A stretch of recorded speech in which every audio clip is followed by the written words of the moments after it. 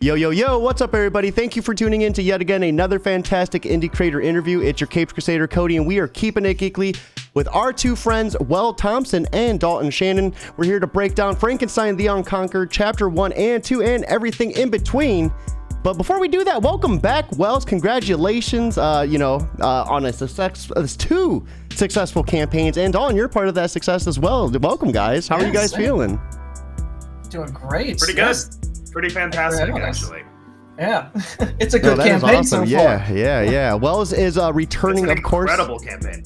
And this is Dalton's first time on the show. Very, very excited for that. Yes. So let's kind of do a little bit of a recap. Wells, let's start with you first since we've had you on. We can kind of do a little bit of a shorter recap and then go into a little bit longer for Dalton. But give us a little bit about who you are and some of that success with that last Kickstarter you're coming off of.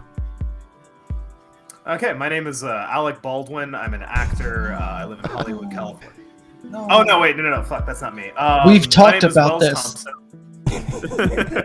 Don't give him a gun. Don't do it. My name is Wells.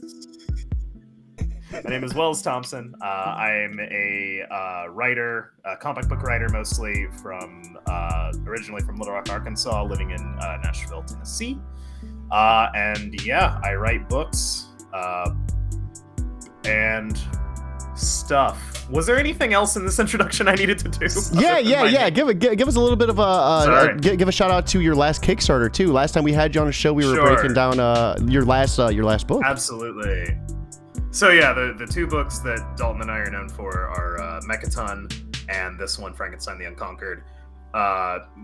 Mechaton is more of an all-ages, rule of cool action sci-fi joint about a glove that turns anything it punches into a robot. That is super cool. And you can learn all about that by looking at a previous interview that we did. And this one is Frankenstein the Unconquered, which is about Frankenstein's monster punching things just real fucking hard. And not turning them into robots, thankfully. So, Dawn, with this being your first time on the show, why don't you give us a little bit longer of a breakdown for how you got into indie comics and some of your past works that you've been involved with? So I'm Dalton Shannon, co-writer with Wells in the brain trust we've called Four Color these past 5 years or so. Dyed in the wool comics guy, so that's all I've ever really wanted to do is write comics, so that's what I'm doing is writing comics. Wish I could draw too, but so sorry. It's most projects that I've been involved with have been with Wells. I don't know that there's anything outside of the Four Color imprint that we did ash cans for a long time. That was fun, and I got to actually draw those. Unfortunately. Those are if we reach 7,500 on this stretch goal, you guys are going to see you guys are going to appreciate Mary even more than ever before. Like that. You're really hard on yourself on those ash cans, but they aren't they're at least coherent. They're well put together. Oh yeah, no, the storytelling's there, but the composition's not. It's something. But yeah, look, I've seen worse. That's all I'm saying. Yeah, I've seen worse. You've drawn worse. I've definitely drawn worse, yeah. So what were those ash cans about, though? Give us a little bit of a concept about those. If you're allowed to. I know they're an add-on, so if that's spoiler territory, that's fine. No, not at all. No, not at all. Not at all. Yeah, so when we first started working together in comics, we were just looking for a way to tell stories pretty much as fast as possible and get them to people as fast as possible. So we started doing little 8-page exercises in a sense. We did horror, sci-fi, Frankenstein, and an all-ages book. And so we would just kind of lob 8-page scripts at each other constantly. And eventually I sat down and drew them, and then we stapled them together and took them to conventions. That's where Frank first started, was as 4 or 5 ash cans. And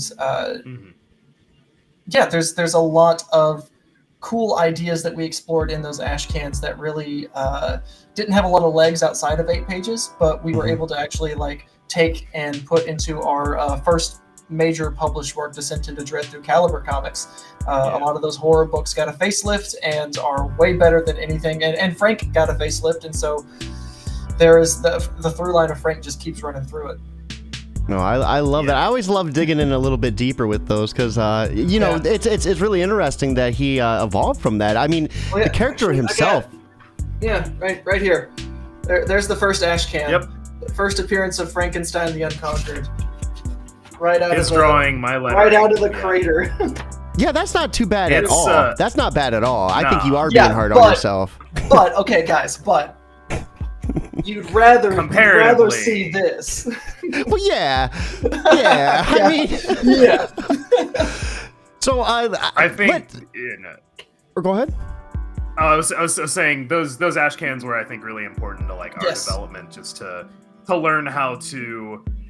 I mean, you have very rigid constraints when you're doing sort of short fiction, particularly in comics. If you don't know anything about making comics, you have to make it 4, 8, 12, 16 page. Like, you have to make it within a certain amount of pages, or you don't get like the amount of like turning pages that you need to fill out the book. The physical pages. So like, whereas everything we had done before was sort of structureless and like, oh, you can just throw anything and it'll work. This was a lot more of like, no, we need to start here, we need to end here, we have to take off and land the plane in that time. And that sort of disciplined us in a way that not a lot else can, unless you're going out there doing a bunch of like anthology pitches and stuff. That's really the only other way to kind of get that your teeth and that sort of thing. I think correct me if I'm talking out of turn here, but I think in a way it kind of taught each of us how to like even make comics from different. Just like for you, it was a great way for you to learn even how to write comics, and for me, it was a great way to actually learn how to tell a story panel to panel in a way that I've always been drawing, but the ash cans allowed me to actually focus on storytelling and figure out what can fit on a page within this 8-page frame that we've given ourselves. So it really helped us learn how to do comics. Yeah, no, I think that's nice too, though, right? Like, like even though it's something you might not like today, be like, okay, hey everyone, check this out. Like, I want you to read this and love this. Like, it eventually like led to what you created, though, right? Your thinking process, your writing process. We will 100% still charge people for it. Do not get us wrong. We will still sell those books. I still sold issue 3 $2. of Frankenstein. I sold issue 3 of Frankenstein ash cans at a convention this past weekend. Some poor sap bought it for $2, and I didn't feel sorry at all. Hey, you got to make money though, right? Money's what keeps making comics. So let's talk a little bit about Frankenstein. It looks like his character design changed quite a bit from the ash can to the current day. I mean, I was reading it earlier, and dude, the texture on his skin is just so amazing. Like the flesh, the colors. What was some of your guys' inspirations and thought process when creating this design or having this design created for you? Yeah, I mean, all props go to Mary on the actual like finished image there. Like, we basically just said Conan the Barbarian with stitches in a sense. Like, and Mary took that and made a brick shithouse that I would not want to meet ever. I always said I wanted him to reflect, like, be kind of reminiscent of the sort of popular conception of what Frankenstein is. So, big and brooding and menacing, but also sort of have elements of the novel where he's not just like big and angry and dumb. He's stitched together from the parts of beautiful corpses that individually look really good, and then when you put them together, they just don't. He just kind of falls apart or you sort of lose the forest for the trees while Victor was making him, and it shows in his face is just like kind of ghastly as a result. And yeah, Mary took that concept and really ran with it, and sort of made something really iconic with it. I think you can't help but like the artist leaves their thumbprint on it and makes it sort of theirs, but yeah, no, it's been great to see him evolve, because this is his third time in print drawing. The first one Dalton did, the second one in the middle portion. A guy named Andrea Mondongo. He's an Italian artist. Yeah, he did it for Descend to Dread, which is our first published work.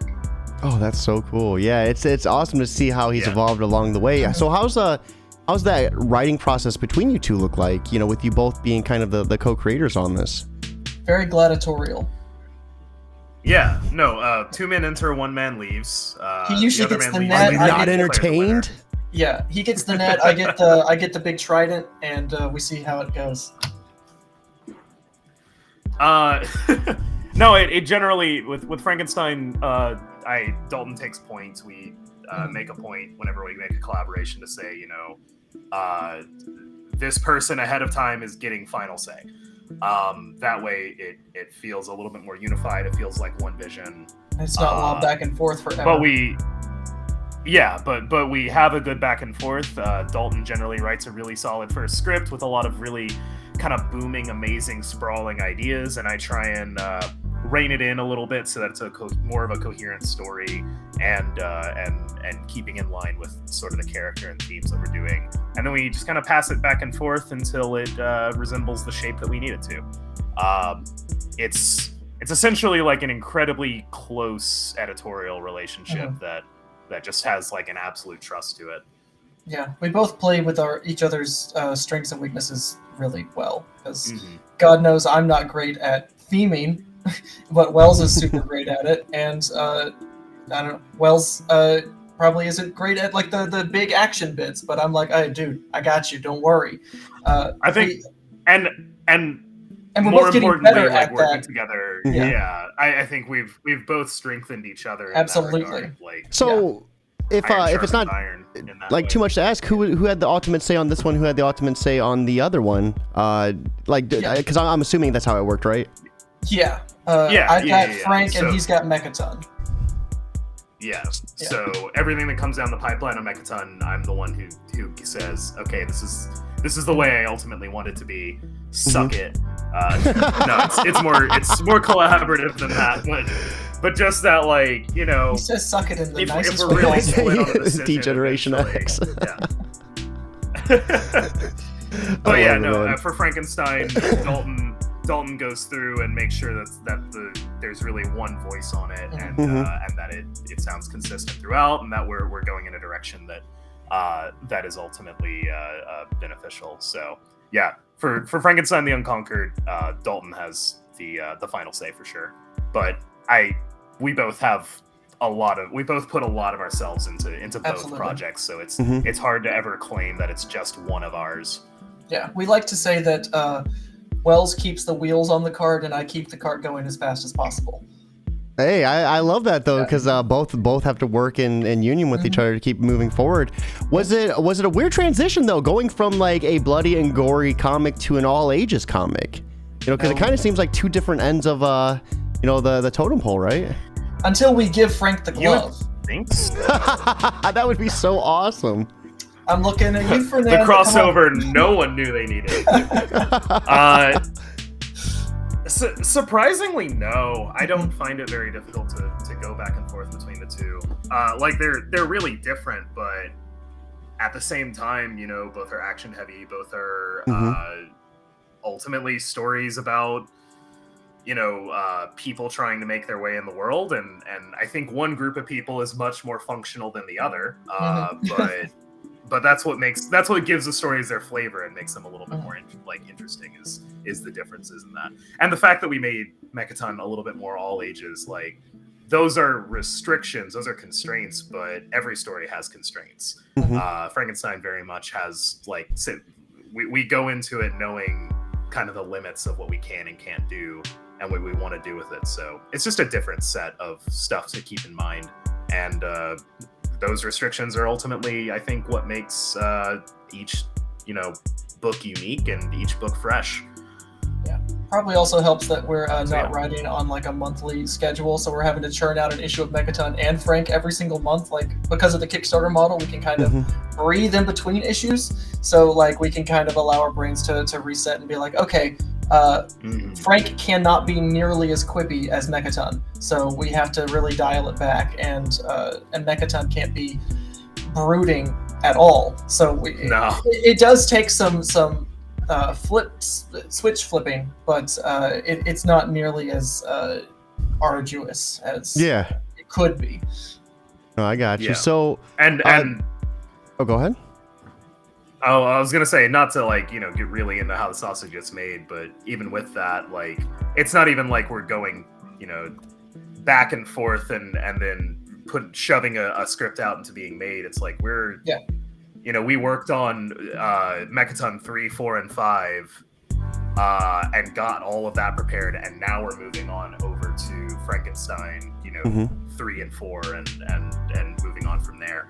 So there's more space between them than it might seem on the outside, but yeah, no, I think it's I do love the Kickstarter model for that, is that we don't have to the only deadlines that we have are the ones that we impose and make sure that it's more for the sake of like how quickly can we get it out in a practical manner, then it needs to be out by then.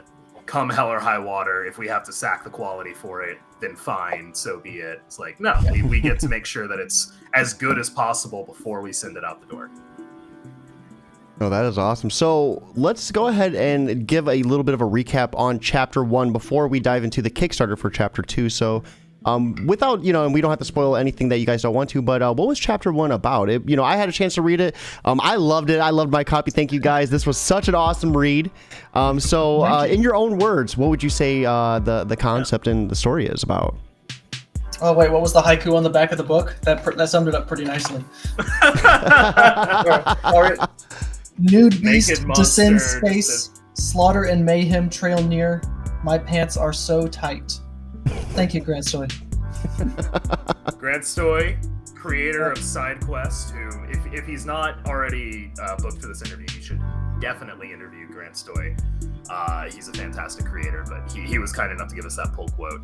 Now, the first issue is the Beast's return to Earth after being exiled into space. He finds a way to, through sheer force of will, ride his way on a comet back down to Earth, murdering the heavens above. Mm-hmm. That was a burp, I apologize.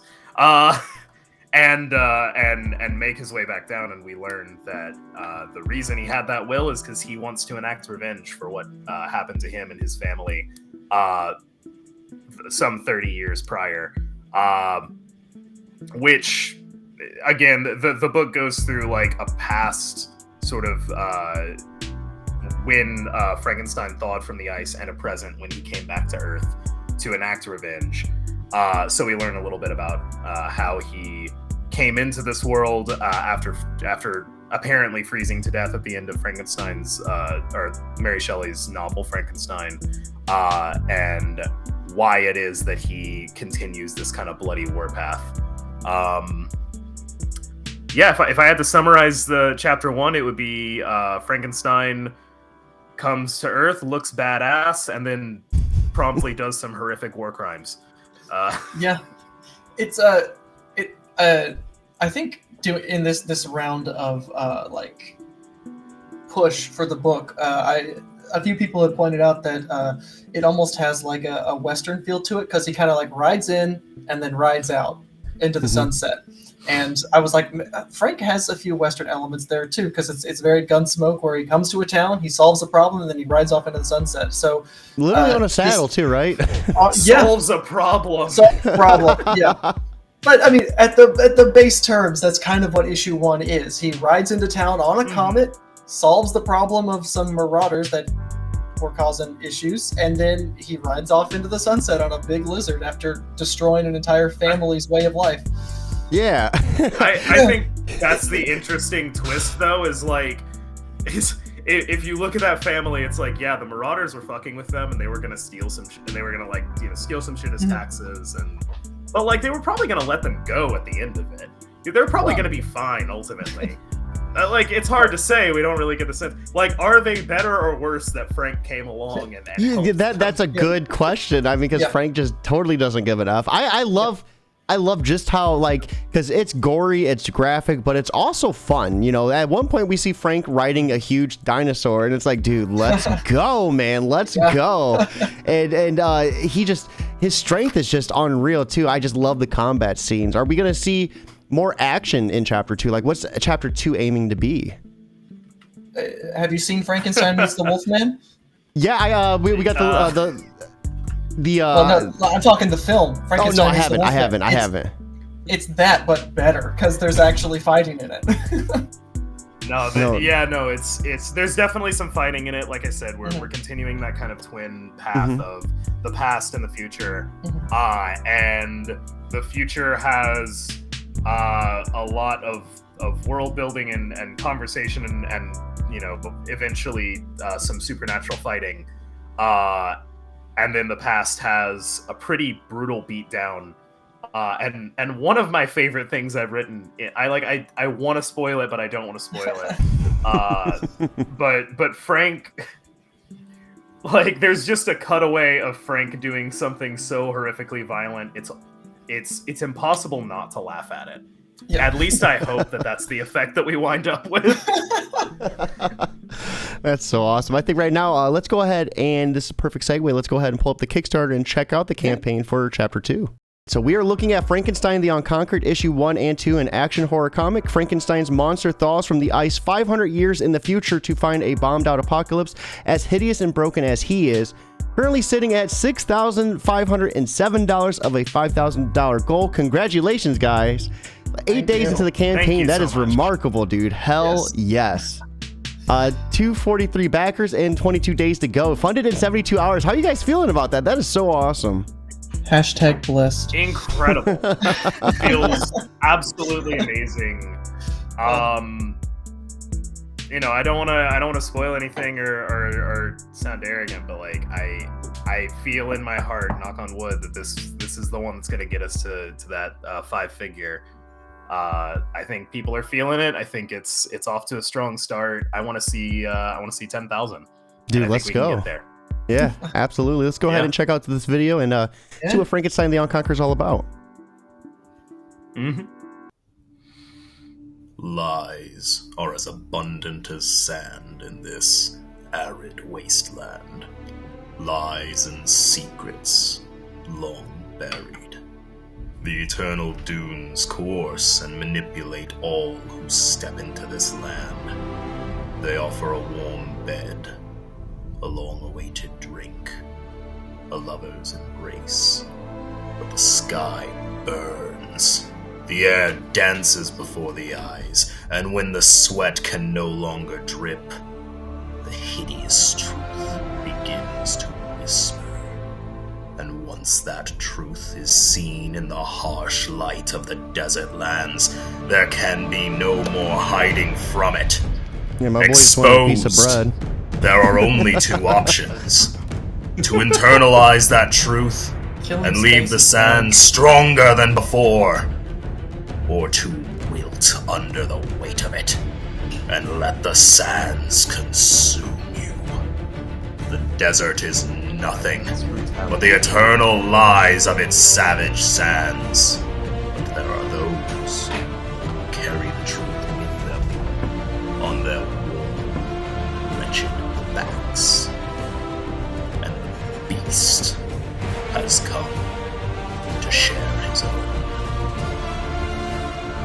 Ooh. I seriously love him as an artist so much. I have 3 of his prints up on my wall right now. Right? Yeah, no, Floss is right. Yeah, dude, for real. Holy crap. That was a good trailer. Did any of you guys do the voice acting in that? That was me. I was going to say, I could hear it. I could hear it, and I was like, that sounds so familiar. He's definitely got the face for radio. I do. No. I have 100 backs. That's awesome. That wasn't planned at all. That's no, but Dalton said. Dalton originally had it arranged that it was like a kind of voice to text automated thing, and it sounded okay. But I was just like, let me try this, and I recorded like 3 takes of that, and I think he just picked the first one that I did and was like, nope, this is good. This works. Let's do it. That's awesome. So here are some of these stretch goals at 7,500. Oh, go ahead. No. By all means, please. Stretch goals. Stretch goals. So stretch goals at 7,500. It looks like because you already unlocked the funded in 72 hours bookmark, and then at 6,000 the scrolls of the Vanquish Part 2. So at 75, everyone gets digital copies of the original ash cans. 10,000 physical backers get the Frankenstein the Unconquered trading cards with stats and lores, and then the flops not safe for work cover becomes available for purchase as a 11x17 print. That's gonna be awesome. Hell yeah! But you have another print as well too. Yes, we do. by Yeah, flops. flops originally. The way we got in contact with flops was like, oh, this pinup style could do really well with Frank. So we made a sort of prints that we have kind of displayed further down of like Frankenstein and the bride, and it was kind of the first time we were showing off like, oh yeah, the bride is going to be in the story, and it looks phenomenal. That's awesome. But and that was fairly popular, but we knew that like he had gotten a lot of attention on Twitter and on social media from doing these like sort of risque pinups of like She-Hulk and Big Barda and some other characters, and we were just like, would you want to do like a fully not safe for work cover? And he was like, more than anything in my life I would like to do that. So it was a natural fit. I really love the style for what Frank is. It just, that pulpy element works so well with Frank. Yeah. So and I mean that's like the standard like covers we'll get to later, but the standard covers are kind of based on that like Frazetta, Conan the Barbarian kind of covers. So like that whole era of pulp just goes hand in hand with what we're doing. That's so awesome. And 15,000 physical backers get a Bride of Frankenstein enamel pin. A new cover becomes available as an option and an add-on. So any hint on who is doing that cover for you guys, or is that yet to be announced? Nope. Yet to be announced. I would be happy to tell you, yeah, if I knew for sure what that was gonna look like. It'll be me, guys. It's me. So what is Frankenstein the Unconquered? It's a 20-page full-color comic about violence as a mode of survival, the destructive inertia of revenge, and how toxic masculinity damages individuals and the environment around them. A love letter to pulpy action comics and films like Conan the Barbarian and Mad Max, as well as universal horror monsters and the literature that inspired them. So this, yeah, it was a roller coaster. I love Chapter 1. I cannot wait to sink my teeth into Chapter 2. Man, for anyone that is watching, once again, there is the link to check out the Kickstarter with us. If you're unable to back, be sure to share that, share the link on Facebook and Twitter. Word of mouth is 100% free. And we need to get the word out about this book. Everyone needs Frankenstein the Unconquered in their hands. So give us a little bit about Chapter 2, though. So it introduces two pivotal characters, the Wolfman and the Bride. Yes. Basically, our... what do they call it? Is it called a deuteragonist? You're the literature guy, right, Wells? The other guy. Yeah. Larry, our Wolfman, joins the picture, and he'll be with us for pretty much the rest of the series.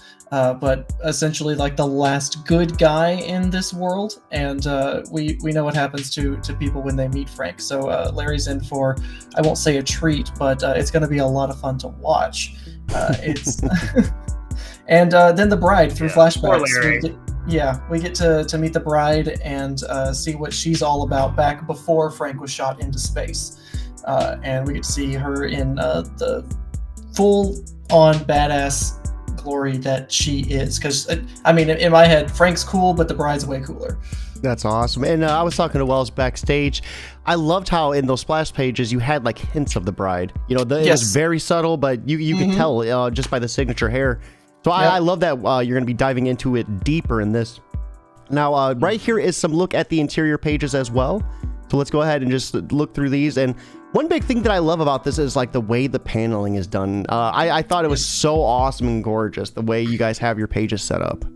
Mary's a gem. Yeah, we handed Mary a 12-panel page thinking, well, she's going to tell us to fuck off. But we may, this is kind of necessary to move the story along, so here you go. Maybe we'll figure out how to pare it down. And then she just handed it back, like, no problem, here you go. And, like, there is... Like, this is an entire issue's worth of events in montage. You could... She just does it effortlessly. You really could. Like, this page is an issue worth of story, like 100%. And she crushed it. And in an exciting way too. It's not just static like grid system. It's done in an exciting way. That was the other thing. It draws the eye. Like, she's great. Like you hand someone 9 panels, 12 panels, you expect them to make a grid, and she just like never will do that. She'll just make it as interesting as she can all the time. And then follows it up with a double page splash. Yeah, I love this too. Right here was that hint of the bride right there that we were talking about, which is very subtle, but a lot going on here. You know, him riding the dinosaur like we were talking about, him as a king. So are these going to be like different parts of his timeline that you're going to be touching upon like later on, or?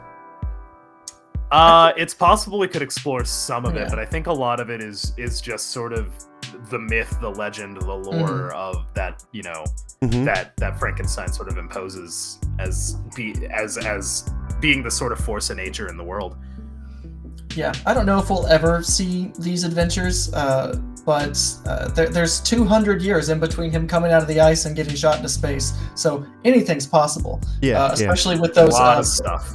Especially with those prose pieces we're doing in the back, that's set during that same time period as well. So, like, anything can happen, but for the most part, that's very pretty window dressing.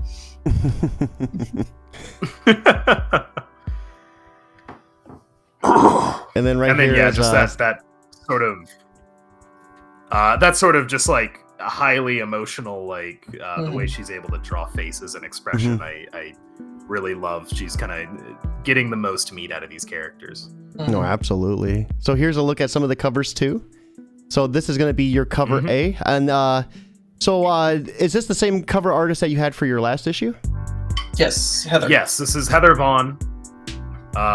She is fantastic. She has a very particular style. It was finding a cover artist is always really difficult, but like immediately we felt really drawn to Mary or not Mary, to Heather. And sure enough, like when we presented the idea for issue 1, she was so excited and jumped on it. She's like, "Oh, I get to do Frazetta? Fan-fucking-tastic." And I like the way he said drawn too. Yeah. That cover was such a like focal point of the last campaign that we knew we had to bring her back. So she will definitely be a feature of the Franken butt by itself is enough, right? And right here is cover. She relinquished cover the B. title of Frankenbutt. Yep.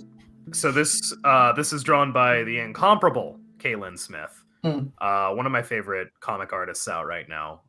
She creates these just super expressive characters and worlds. She had a Kickstarter for her book For Goodness Sake that made like 40 grand or something ridiculous like that. And rightfully so. Her stuff is polished to a mirror shine and gorgeous. I had the pleasure of meeting her during Planet Comic-Con in Kansas City, and within a week of I told her, hey, I have this comic. I would love for you to do a cover. She said, yeah, I'd love to hear about it. Send me an email. Within a week, it was done. That's remarkable. Yeah, she is a consummate professional. She is so sweet and so good at what she does. I would if you're listening to this and you're a comic creator, hit up Kaylin Smith. She is so good and so professional. But we knew that she would be good for this like very character acting kind of cover that we had in mind for this one. I was gonna say, I love how we see Larry right here shadow pupping a wolf. Is his name really Larry? It's Larry. Yep. Okay. Yeah, his name's Larry. Yeah. I love how he's shadow pupping a wolf. I think that's a really awesome like kind of nod to his character. Yeah. I love just taking the Frank character and putting it almost in an Archie kind of vibe. Like it's I would watch like I would watch a slice of life manga about these two, or anime about these two for sure. But yeah, no, we wanted the like the very simple, very childish dog, and then the background is this snarling wolf, and just kind of gives you a sort of hint into what his character is. All just kind of subtly within the torn wallpaper of this falling apart house. And then right here is the cover. See the not safe for work cover. So this is going to be the show. This is going to be the print as well. If you hit that stretch goal.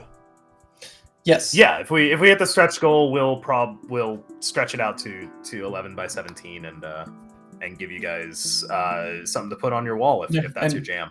And disappoint all of your mothers. Certainly, we disappointed ours. We disappointed ours. Yep. I love his style, dude. His coloring is so unique, dude. It's just gorgeous. Like the grain it's got that he very, puts on the paper too. Super textured. Yeah, super textured. I love it. All right, Mr. Frankenstein, let's go. So here are the tiers, of course. So this is what you're going to be backing. So these all coincide with the tiers on the side, correct? Yes. Okay. Yes. So $5, you get the digital copy. At $8, you're going to get chapter 1 and 2, the digital catch-up. We have the physical copy at $10, so that's going to be your choice of cover A or B, and a digital PDF as well. You get the physical catch-up, all tiers get the digital stuff as well, because we want you to, if something gets held up in the mail or something like that, we want you to be able to access the story on your terms whenever. No, I think that's awesome. That will always be available to you. Yeah. So $15 physical catch-up tier, that's going to be issues 1 and 2 of Frankenstein the Unconquered. And then we have at $20 the Flops Not Safe for Work variant cover. I think that is awesome. Got it. Mrs. The Bride popping it, pop, lock, drop it. All right. Yeah. The original cover we as a joke sort of among the team called the Franken butt cover, just because of that little like Frankenstein butt that you see. And then Flops made this, and Heather was like, "Okay, I relinquished the title. He gets Franken butt." You got Franken side boob too. I mean, you almost have to at that point. Yeah. So you have the collector's tier at 30. So give us a little bit about this. Yeah, so this is, you get all the covers, 3 copies of the comic with Heather Vaughn's cover, Kaylin Smith's cover, and the Flops cover. We know that people like collecting their covers, so we wanted to give people a deal to make it happen. I think that's awesome. To give them something worthwhile. I think that's a really awesome price too. And then we have awesome foil cover too, so a gorgeous foil cover exclusive to Kickstarter. And it will be addition to a signed copy of Frankenstein the Unconquered. So for $50, this is very gorgeous looking cover. Yeah, no, it does only come in that particular cover, just because making them is unfortunately very expensive, and we can't and we have to have a minimum that we order, so we can't really mix and match them. But gorgeous looking cover. With the Heather Vaughn covers are fantastic, and the printing we do with Comics Wellspring always shows up like these gorgeous, saturated, popped out colors with really wonderful kind of shine to it. So, yeah, I was gonna say definitely the flames. The flames. Yeah, I was gonna say it was probably gonna look amazing. On issue number 1, the foil we did on number 1, the flames on that just sing with the foil cover. So I'm very excited to see this one. So we have the everything tier at $100. So give us a little bit about this. This looks like a pretty awesome tier right here. It's the best deal. Yeah. So we have a bunch of add-ons, and we have a bunch of covers, and we want to just kind of compile everything at the very least that's Frankenstein related. So this does leave out like the stuff from Mechaton, our other books, other stuff that you could get. But if it's Frankenstein related, the cover that the poster we talked about earlier, the Flops poster, is there. All 3 of the covers are there. Both of the covers for Frankenstein number 1 are in there. All that is a part of this deal, and we bundled it all together and gave you 20% off. So if you want to go all out, support Mechaton, get a bunch of merch, some stickers, some prints, everything. Oh, and I always forget to talk about this, but the RPG, Death Stalks the Damned. So we have a one-shot RPG designed by our friend Jacob Fleming. Oh, that's awesome. That you can play it with your friends and set up. It supports 3 to 5 players for I think 3 or 4 hours of gameplay, and we worked really closely with him. There's branching paths, there's different items and characters you can bump into. There's some difficult choices to make. It's brutal. it centers you as a group of marauders that come back to your village and realize that everything's been totally destroyed, and the survivors are claiming that Frankenstein did it. So you have to get them to safety and potentially go and try and find him and figure out the truth of what happened. That is so cool. How does it feel to have a game modeled off your guys' book? That has to be it's pretty cool, surreal, right? It's cool. Yeah. No, it's dope. That's awesome. I need the figurines I would love to now. if you. Yeah, I would love the figurines, and I would love to hear like the experience of someone who played it. Mm-hmm. I haven't heard back from anyone yet, but I would love to hear like what that D&D session was like. Mm-hmm. Anyway, what I was saying was you get all that stuff. You also get annotated scripts. You get your name in the book, and we took all that stuff, put it together, and discounted it by 15%. So normally it would be right around 120, 115, somewhere around there. Mm-hmm. Now you're getting it for $100. That's awesome. So it's And the we best. have- It's definitely the best deal on there. So advertising space, 125. Gain access to an exclusive end page advertisement space for your own personal comic. So I think that's a pretty outstanding price too. Usually we see that, I see that price a lot higher. So I think that's awesome. You're offering that. Yeah. No, we wanted to offer something for the comic community. And these, especially at conventions, tend to sell quite a bit of copies. So they're getting out a lot of different places. We wanted to give people the opportunity to kind of flex their own content in our book. So at $250 we have a commission. So this is awesome too. This is from your artist, Mary. Yeah. Mary Landry. Yep. Yeah, she does these really striking black and white, like, I mean, Rob Liefeld, Todd McFarlane, like level of image comic kind of like cool character design. And yeah, no, she'll draw it for you, whatever character you want, whatever single character you want, draw it for you, send it to you wherever you are in the world. And there's, I believe there's 2 left on there, but I if they sell out, I know we can do one more slot, so we can do up to 4 of those. But even so, they're not. I can tell you, they're probably gonna all get sold out. Like if you're thinking about doing it, do it, because they might not be available for you. Well, correct me if I'm wrong, but we sold out of the commissions on the last campaign, right? And there was even more than what we're offering now. Like there were more slots. We didn't sell out of those because we didn't sell out of those. She offered 8 commissions. Yeah. So that was a ridiculous amount. And I think she rised up to like maybe that was a little bit too much because now she's only offering 4. But yeah, she keeps herself extremely busy and yeah. So but we did sell quite a bit of those commissions last time. So underneath this, they do tend to go. I thought this was a really interesting concept when I first heard this announced. The adopt a page for $275. So give us a little bit about this one, because this one is such an interesting concept, and I love just the idea behind it. Yeah. So for the price of the art of the page, you can essentially take ownership of a page of your choice out of the book, and say, it's essentially the digital equivalent of like buying the original inks from an artist. Obviously our artists work digitally, so we don't have those like Bristol boards that you can buy off of them, but we wanted to give people the opportunity to kind of own a little piece of the book without going into the territory that we won't, the acronym we won't talk about. Yeah. So yeah, no, it's so for the cost of the art, you get your name in the book that says, Cody from Keeping It Geekly has adopted page, page 12, and then that way everyone who gets the book can see that you adopted the page. Everyone knows that like this is your page, and then we send you along with the iridescent foil cover, the signed prints, or the signed cover of whichever one you want, and the flops print.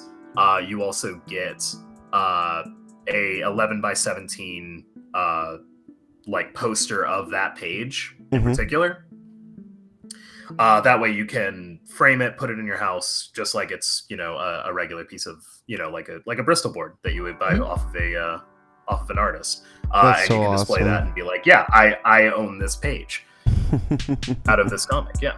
That's so awesome. And then Death Stalks the Damned. I love this that you guys have this this game based off, this one shot based off of your book. What all went into this? Did you guys reach out to someone to get this created, or did they reach out to you? Like, how did this idea come about?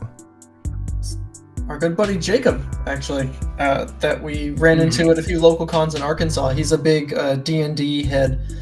He writes his own campaigns and rule books and things like that. Also, just a great cartoonist in and of himself. Like, he's got his own series starring a mummy. So we a kindred spirit there. And we were curious about maybe doing a tabletop RPG, and we reached out to Jacob and been like, hey, is something you would like to do? And he seemed very enthusiastic about it. We didn't have a whole lot of guidelines, just set in the Frankenstein universe, and we kind of gave him like what that universe kind of means.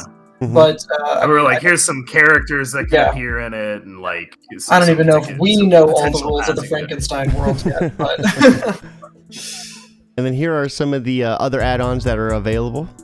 So just a quick list that we can glance over real quick. Yep.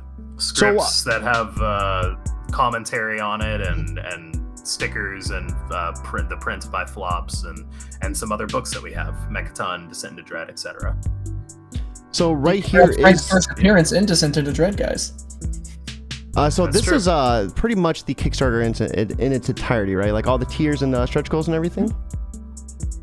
That's the right, basics of it for sure. And then we just go down into like who we are, who all the people who are involved in the book are, which is predominantly female, actually. Mary Landro, Dahlia Maha, Brenda Snelby, Heather Vaughn, with Nathan Kempf doing the letters and us writing it. Really badass book, badass crew that we have making the book. And then just a breakdown of like what we're doing with the money, and kind of little housekeeping stuff, what our timeline is, what we ship our comics in. We ship in Gemini mailers because we don't want your comics to get bent up and fucked up by the time they get to your house. We want to make sure they're in proper shape. Tell you where we're printing it, and then and then at the bottom there's always the risks and like disclaimer essentially at the bottom. That's like our risks and challenges or something like, there it is, risk and challenges. And that's just essentially saying, hey, we've done this before, things can happen, but we'll always be in communication with you. You'll know every step of the way where your comics are, when they're coming to you, and when you can expect them, and if there are going to be any holdups. Okay. So one of the not bad. Not that I want to like draw the direct comparison between us and the hashtag that we don't talk about, but one of the things that's really great about like supporting our books is that you get them eventually and pretty relatively quickly. Within just a couple months. And this is just a working timeline. We always are very clear with our backers about where we are in the process, when things are coming. Sometimes it's a little bit sooner than when we say, sometimes it's a little bit later, but there's never any surprises. Everyone's always kept up to date. No, absolutely. So let's go ahead and close out of here and begin wrapping things up. So after going through that Kickstarter, what would you both like to say to anyone who might be on the fence about backing this project, if you had the opportunity to kind of reach out to them directly and help push them over that barrier? It's Frankenstein with a sword. What more do you need? Jeez, guys. Frankenstein would be so disappointing. If it would sort of depend on what the hesitancy is, because I think there's two kind of question marks about it, which is like the two that I can see is like, why should I care about your comic about Frankenstein? It's not even your character. And I'm like, well, all things are sort of stolen in part or are borrowed in part. We're just a little bit more honest about it, and it's less like, especially with a character like Frankenstein, it's much more how you adapt it and how you make it your own than it is like trying to come up with something entirely new. And then on the other side, what if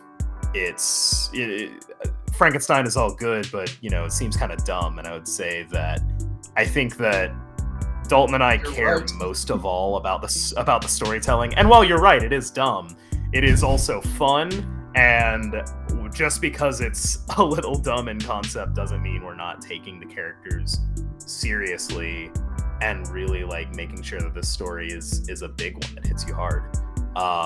That's something that I always like. As much as I love the art and I do love the art and I love the presentation of the book and I love the core concepts of the book, what gets me going about all of these comics and Frankenstein especially is like how real these characters are to me and how wonderful their journey is, and how I just know, like, I know the issues where people are going to start emailing me and be like, dude, what the fuck? This hurts so bad.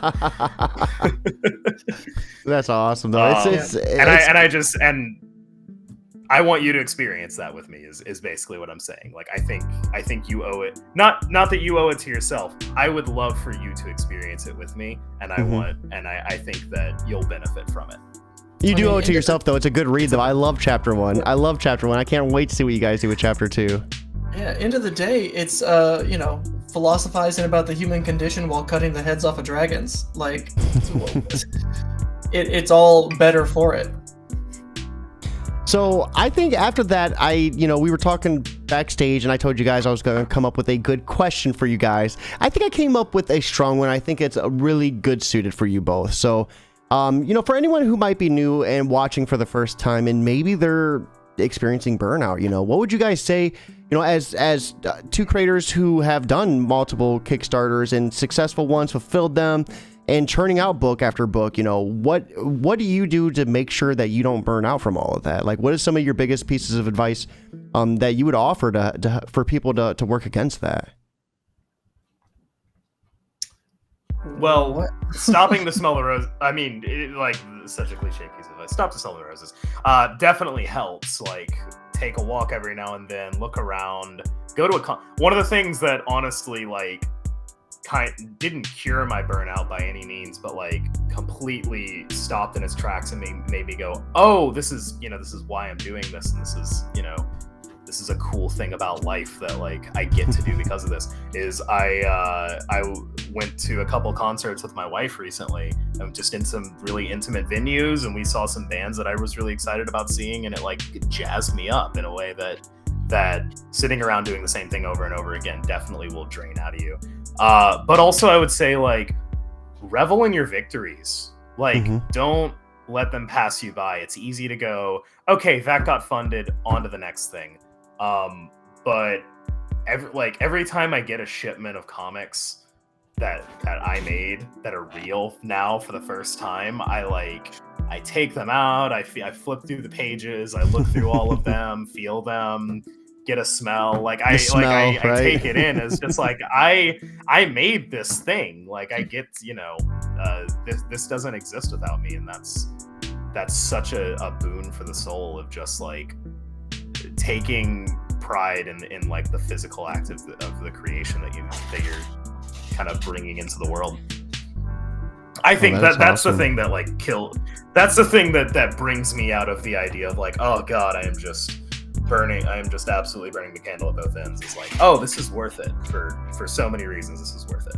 I thought he was about to say that's what brings me out of the ice. I'm like, you slick dog. So, what about you, Dalton? What's your big advice against fighting against burnout and preventing it? Don't. You ride that flame until you're nothing but ashes and rise from it again like a phoenix you are. No. Don't burn yourself out. That's not healthy at all. No, I think for me, at least, the healthiest way that I deal with burnout or just, imposter syndrome also sets in a lot. And the creative there's a lot of times where the creative process just leaves me completely drained as a human being, and I'm just like numb. But I think the thing that always kind of recenters me is having someone to talk to about it, like a support system. Like, my wife is great for that, and by my wife I mean Wells.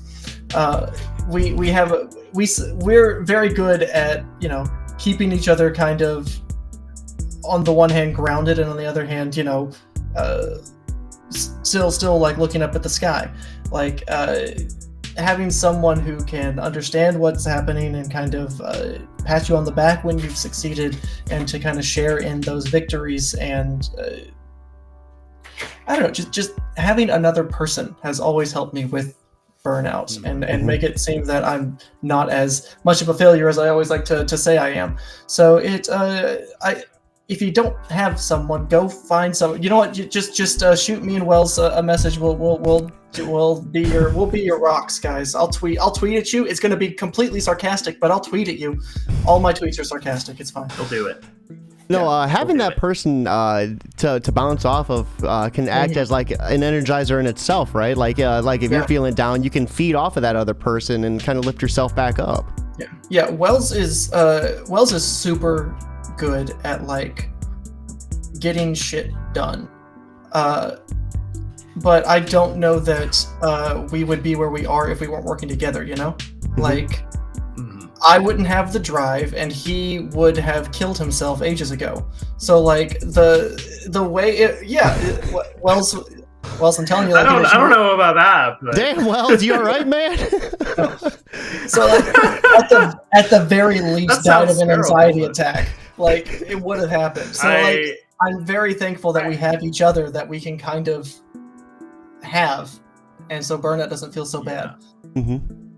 I definitely wouldn't be here. I definitely wouldn't be in this community with these books.